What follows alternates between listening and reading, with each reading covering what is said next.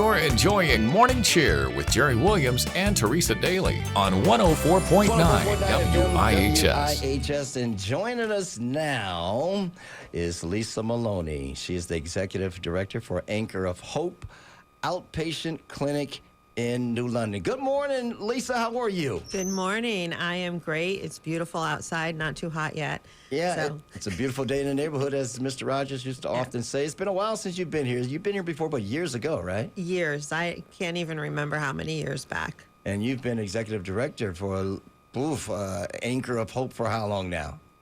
Since January of 2000, so 26 years and counting. There you go. Wow, I remember I first met you some years ago. I emceed.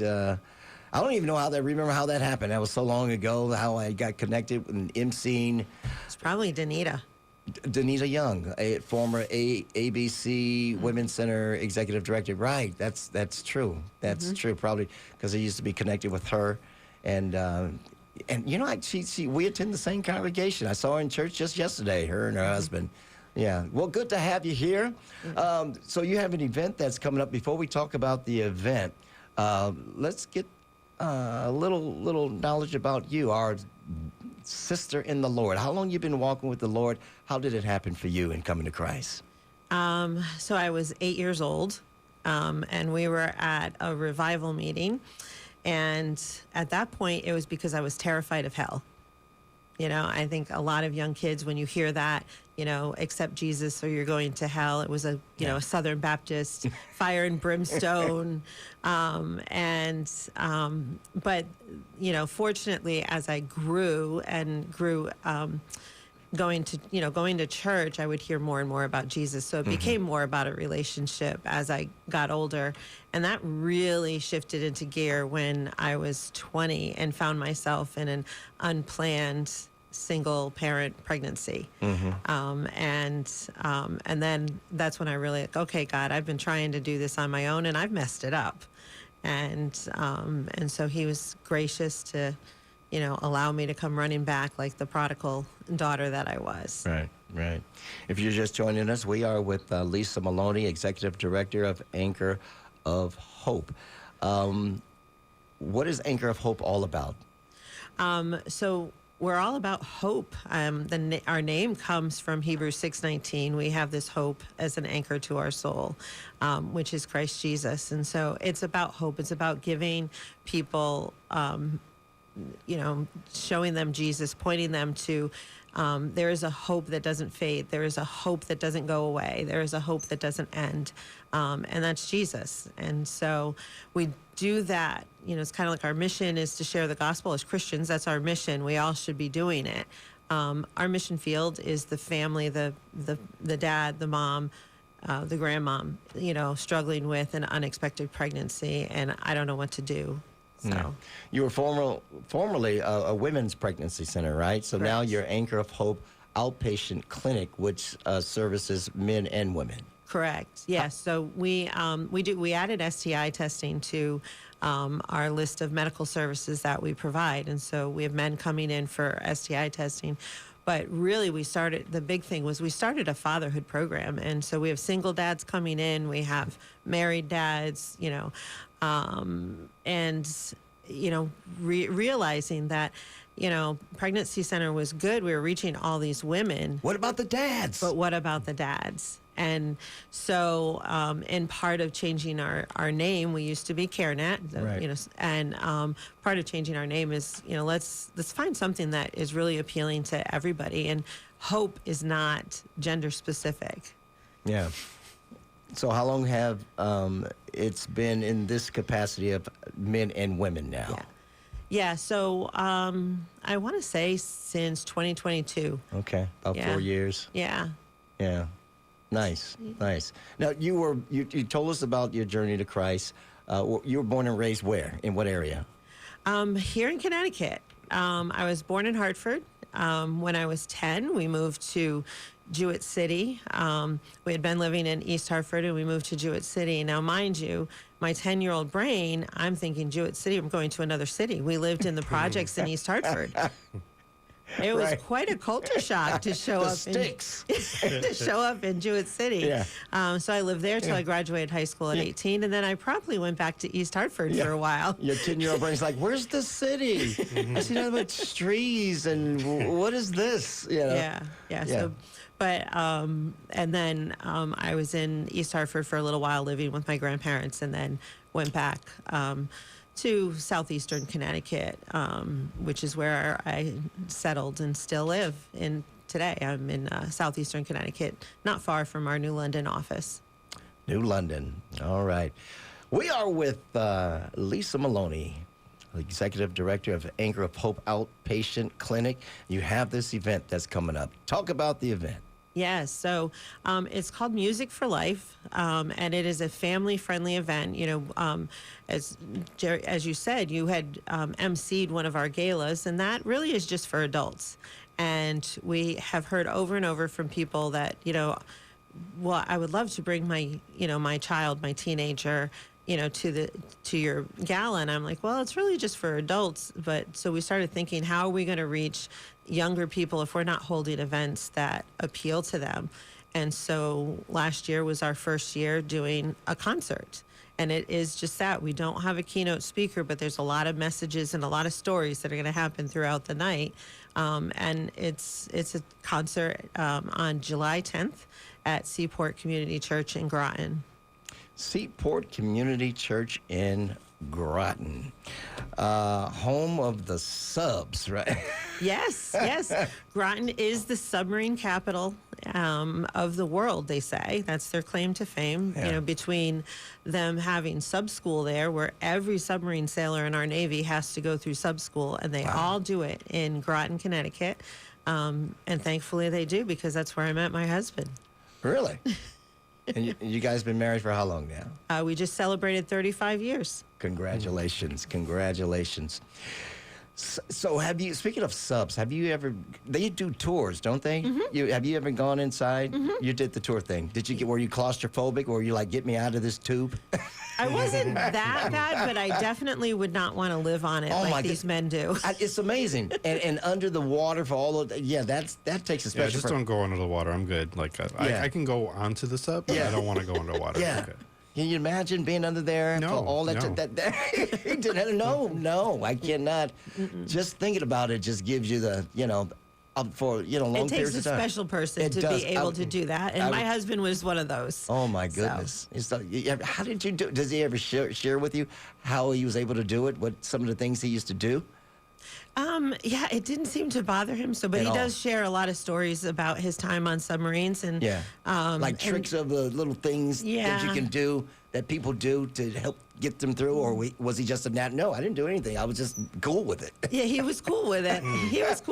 Didn't have to do any special thing. No patches, no certain ritual or regimen, nothing. Just I'm just good. God just built me this way. Yep. Yeah. Others like, no. Yeah. I think that's why there's psychological testing before they get approved for submarines. Is they got to make sure that the person can handle it. I couldn't even go in and do an hour-and-a-half MRI not too long ago. Like, get me out of here. Wow. Yeah. Oh, no. No, that's true. I was like, as I was going in, I got 2/3 in. I was like, no, take me out. Yeah, it's just something just came over me and said, no. Yeah. And I didn't. So back to the event. Concert. Right. Who's gonna be performing? So our first performer is Dave Pettigrew, which, like you said, you played one of his songs earlier, and I think he's pretty well known up and down the Eastern Seaboard, and just really has a heart for spreading the message of hope, which is why we chose him. He also agreed when I reached out to him. And then we're going to have a little bit of time after Dave performs. We're going to have a little bit of time where we're going to give people an update on what's going on at Anchor of Hope and share a couple of client testimonies and an opportunity for people to give. This is a fundraiser. And then closing the night out with Johnny Diaz. Okay. So can women come and get, like, if they're in need of diapers, and what are some of the things that are available there at Anchor of Hope? Yeah. So, in addition to our medical services, most women come in because they're not sure if they're pregnant. So it's a pregnancy test, ultrasound, and STI testing. And then once they've made a decision, and we'll sit and talk with them about all their options, although we will not refer or perform abortions, we will talk with them about that. And those who choose to continue their pregnancy and parent, we provide monthly ongoing individual support. We have parent support groups, both in English and in Spanish. We have, and then we have material assistance. And so by the end of their pregnancy, they're going to receive from us a car seat. Some of them we're going to receive a pack and play, but all of them will receive what we call a layette, and it's a tote bag full of brand new baby items that are gender specific for for their child that they're welcoming in, and that value is about $350. It's all donations from our donors. We have women who love to shop for baby items, and they bring in all kinds of wonderful goodies for these babies. Then when the baby is born, they will continue with us for most a year, sometimes up to 2 years. Yeah, I was sharing with you. I used to go to ABC Women's Center because it's closer to me, and get diapers and clothes and whatever was available that we can use, and they were good for that. And I thank God for the pregnancy centers. But now you're Anchor of Hope Outpatient Clinic that serves not only women but men too. You have an ultrasound machine there? We do. We actually have a brand new ultrasound machine from the NICE. We've been doing ultrasound since 2001. And I think this is our fourth machine because it's a computer. So every 5 to 8 years, you have to replace it. Yeah. And so we just got a new machine. We're very excited about it.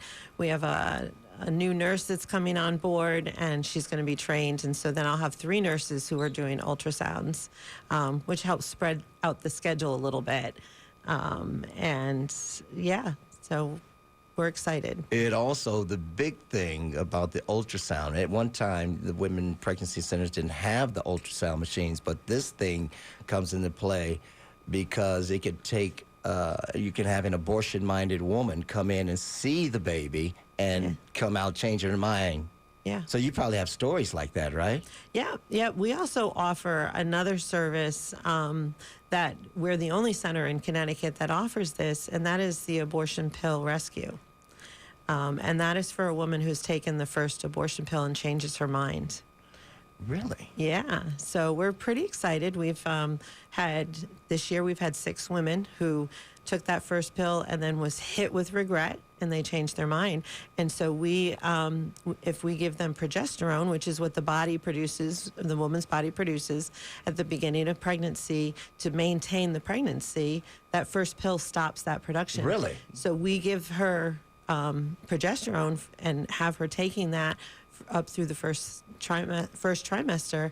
67% of the time you can save the baby. Counteractive. Yeah. I didn't know that such a pill existed. Did you, Terrell? I had no idea. Yeah. I thought once you took that pill, that was it. The one to get, so they got something to counter. How long, is this something new or it's been around for a while? I think it's been around for about 10 years, maybe. I know there's over 7,000 children here today because of that, but not in Connecticut. We're the first ones in Connecticut to be offering it. It started, I think, in California. I think the doctor who started it in California. My home state. Yeah. Progesterone is something that's naturally occurring and is necessary. And so that's what we're giving them is progesterone. And we have our first baby saved being born in a couple of months. Nice. If you're just tuning in, we are with Lisa Maloney, Executive Director of Anchor of Hope Outpatient Clinic. Before I let you go, any closing remarks you'd like to convey to our listening audience about the event that's coming up July 10th, Friday? Yeah. So come. It's going to be a great night. It is family friendly. And both these artists are phenomenal. And you can buy tickets on our website, which is psclife.org. All right. Again, that event is Friday, July 10th, Seaport Community Church. Doors open at 6 p.m. Dave Pettigrew and Johnny Diaz will be there. This powerful night of music and hope will support the life-affirming ministry of Anchor of Hope. Lisa, thank you so much. Good seeing you. It's great to see you. Thank you for having me on. Amen. 104.9